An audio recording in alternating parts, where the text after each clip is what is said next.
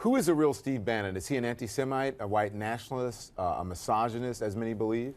No, he's not an anti-Semite. He is a person who treats all people equally. You can see I'm an Orthodox Jew. I'm very observant. I keep the Sabbath. I keep all the Jewish holidays. I keep kosher. Steve and I have worked together in close quarters for 4.5 years, and he's always been very sensitive to Jewish concerns. He's probably the most pro-Israel advisor ever appointed to the White House. But you said he's not an anti-Semite. Is he a white nationalist? My question, a white nationalist, a misogynist, or even bigoted in any way that you know of?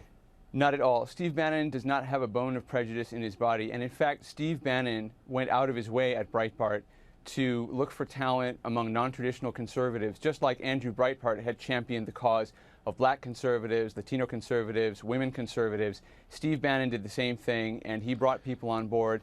You know, I see Kurt there on television. He's an Asian American conservative. Here we are, an Asian American conservative, an Orthodox Jewish conservative, both of whom worked for Steve Bannon. And the question is whether he's a white nationalist. I think not. Well, then why traffic in that if he's not? Is that even more insidious if he's not, but then he traffics in it?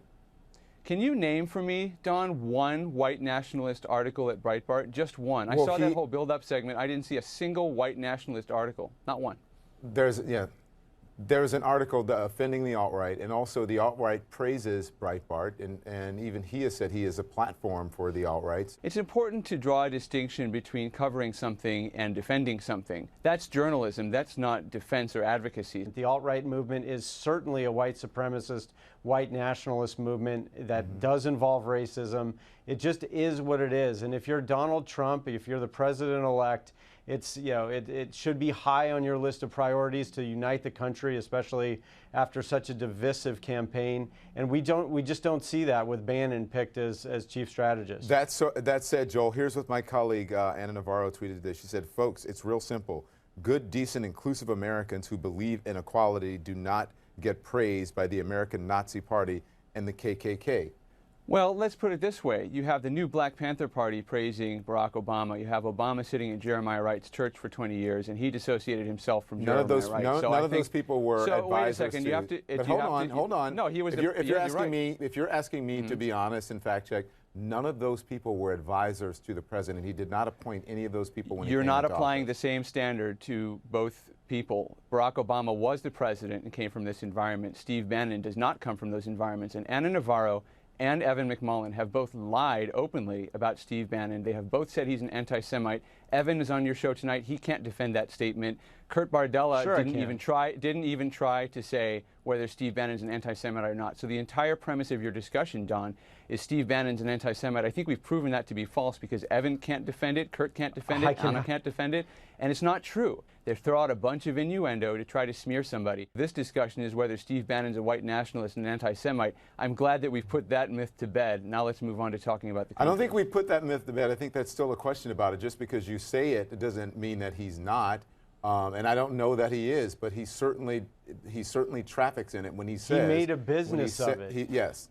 He certainly did not. You guys can't throw out lies like that and ask me to prove a negative when you can't even prove the positive. I could say anything about you, Don Lemon. You know, your network had a commentator the other night who said that the vote for Donald Trump was a white lash. Now, are you a black nationalist network because Van Jones said that there was a white lash? I mean, that's just ridiculous. That's apples and pears. No, it's not. You're making a comparison that it's has exactly nothing. And one thing is very clear. Steve Bannon has advanced the ideas of the alt-right, and Donald Trump has got to repudiate that, and it's not possible to do that if Steve Bannon's your chief strategist. And I also realize that by doing that, he may have normalized the alt-right in some way, or normalized white nationalism, which should not be normalized.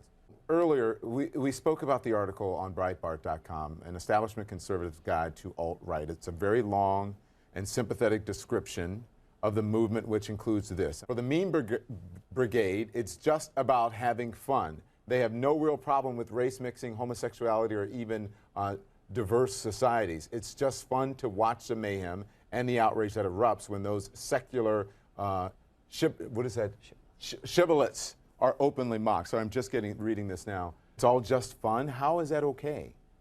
That's called journalism. That article describes some of what was going on in the alt-right, and you just said that that's the first time that you read that article. I mean, I would have expected that you would have read the entire article before coming on the air and making outrageous claims. Well, but let me hold on here. I don't read a lot of Breitbart because, quite frankly, I'm offended by a lot of what they put up there. I have read it. I haven't read every single article on Breitbart, and I'm sure you haven't read every single article on Breitbart as well. My question to you is that why he is promoting this, he is saying that his website is the platform for the alt-right. And this article on that website is part of the thing that's saying, hey, this is what they do. They make fun of people, and they really don't care about it. You should read the entire article. I think the article stands for itself. I think it goes through the different components of the alt-right. It's called journalism. The New Yorker does it. The New York Times does it. CNN occasionally does it. And for Evan McMullin to sit there and not apologize for his lie about calling Steve Bannon an anti-Semite, and then lie again by saying that Steve Bannon advocates for the ideas of the alt-right. I'd like to see Evan McMullin name one single idea of the alt-right that Steve Bannon has ever advocated for. I'll give you time to do it. You don't have to do it on this broadcast. Joel, let me ask you, you know that Steve Bannon is not a white nationalist. You know that he's not an anti-Semite, and yet that's the premise on which you've come on the air to smear him. Look, the Zionist Organization of America has come out in defense of Steve Bannon and said that he's pro-Israel and that he has empathy for the Jewish people. And you guys have no answer to that, and you've used up this precious airtime to basically smear a man and smear no a website. And now that you can't prove the point. Excuse me, Kurt, you would do better to listen with your ears instead of your mouth. Wow. It's Joel. good to